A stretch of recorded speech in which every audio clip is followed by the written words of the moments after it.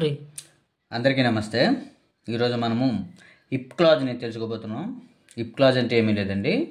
If clause అంటే ఇఫ్ను ఉపయోగించడం. ఇది ఒక కండిషన్. ఈ కండిషన్ని ఏ విధంగా ఉపయోగిస్తామో ఇందులో మనం నేర్చుకోబోతున్నాం. ఓకేనా? చూడండి, ఫస్ట్ స్ట్రక్చర్ని చూడండి. స్ట్రక్చర్ ఇఫ్, ఇది మన కండిషన్. ఇఫ్తో వచ్చిన ఈ ఎంటైర్ సెంటెన్స్ని మనం ఏమంటామమ్మా? ఇఫ్ క్లాజ్ అంటాం కదా. సో చూడండి, స్ట్రక్చర్ చూస్తే మనకి క్లియర్గా అర్థమవుతుంది. If plus simple present tense అన్నమాట, ప్లస్ సింపుల్ ఫ్యూచర్. ఇఫ్ తర్వాత సింపుల్ ప్రజెంట్ రాస్తాము, దాని తర్వాత కామా చూసారా, కామా రాస్తున్నాము. కామా చాలా important. Plus simple future tense use చేయాలి. ఇది స్ట్రక్చర్ అమ్మా.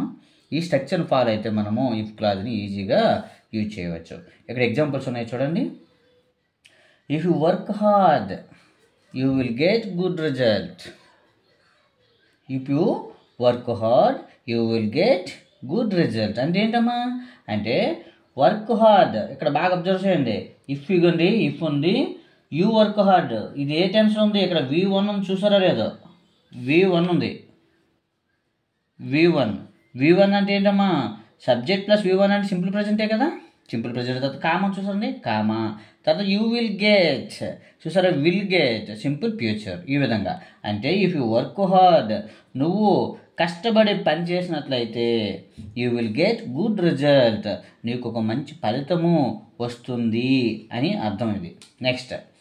ఇఫ్ యూ స్టడీ వెల్, నువ్వు బాగా చదివినట్లయితే you will pass in the exam, నువ్వు ఎగ్జామ్లో పాస్ అవుతావు.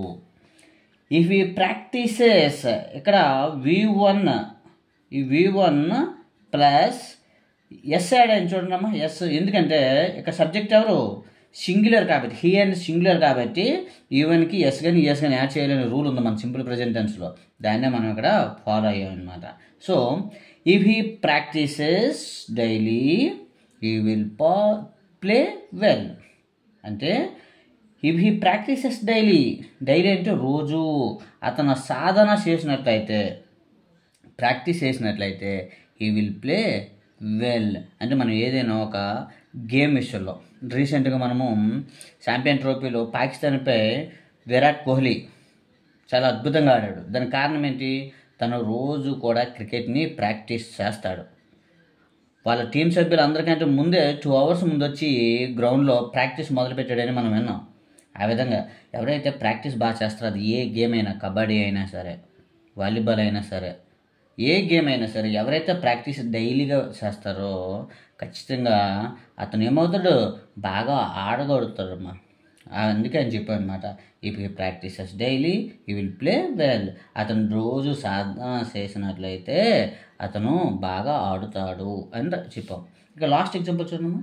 ఇఫ్ షీ ఫాస్టెస్ట్ 10th అంటే 10th క్లాస్ పాస్ అయ్యింది అనుకోండి, she will qualify for intermediate. అంతే కదా, 10th పాస్ అయితే ఇంటర్మీడియట్ చదవడం అవుతుంది, చదవడానికి వీలు పడుతుంది. అదే పాస్ అవ్వకపోతే అవ్వదు కదా. ఈ విధంగా 4 ఎగ్జాంపుల్స్ మనము ఇఫ్ క్లాజ్ని యూజ్ చేసి రాసామమ్మా. సో ఇది చూడండి, ఇవన్నీ రాయడానికి రీజన్ ఒకటేనమ్మా, స్ట్రక్చర్. ఈ స్ట్రక్చర్ని బాగా పట్టుకుంటే మీరు ఈ 4 రాసేవచ్చు.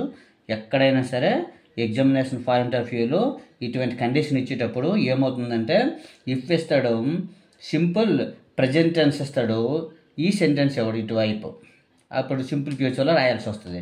లేదా ఇప్పిస్తాడు, ఇక్కడ డాష్ ఉంటుంది, ఇక్కడ డాష్ ఇస్తాడు, ఈ సెంటెన్స్ మొత్తం ఇస్తాడు సింపుల్ ఫ్యూచర్లో ఉంది, మనం సింపుల్ ప్రజెంట్ టెన్స్లో రాయాల్సి వస్తుంది. ఇదే మనకి ఇఫ్ క్లాజ్ గురించి. Thank you for understanding.